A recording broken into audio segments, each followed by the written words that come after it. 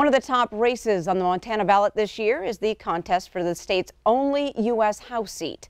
MTN chief political reporter Mike Dennison is giving us a closer look this week at the candidates in this statewide race. Today, he focuses on Democratic challenger Kathleen Williams.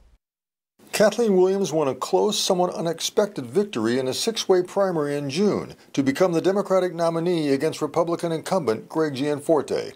Now, Williams hopes to spring another upset in a race that Democrats haven't won in 24 years. The former state legislator from Bozeman says her experience in working across the political aisle on a full range of issues is what voters are looking for. I think it's the right time for the right candidate. I think it's a combination of the experience, the temperament, the policies that I'm talking about, and the proposals, and the contrast of those with our current representative. As a state lawmaker, Williams sponsored bills that led to insurers covering the cost of cancer patients undergoing clinical trials and to enable more local retail food producers.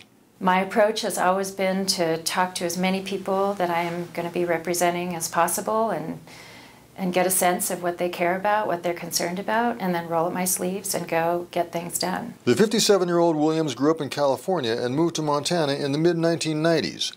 She has degrees in resource and recreation management and most recently worked as associate director for a nonprofit group of conservation-minded farmers and ranchers in the West. On the campaign trail, Williams has been traveling the state, visiting towns large and small, and talking a lot about health care. She wants to build on the Affordable Care Act by bolstering the private individual health insurance market and expanding Medicare, and says Gianforte and the Republicans just want to tear it down.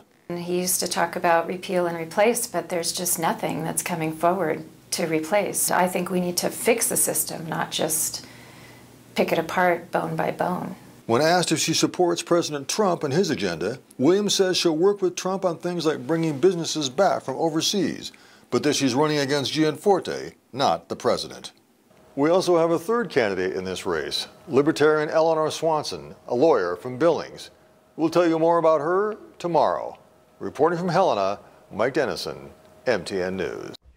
Thanks, Mike. Now, the three candidates for the U.S. House seat will square off in their first public debate this Saturday evening.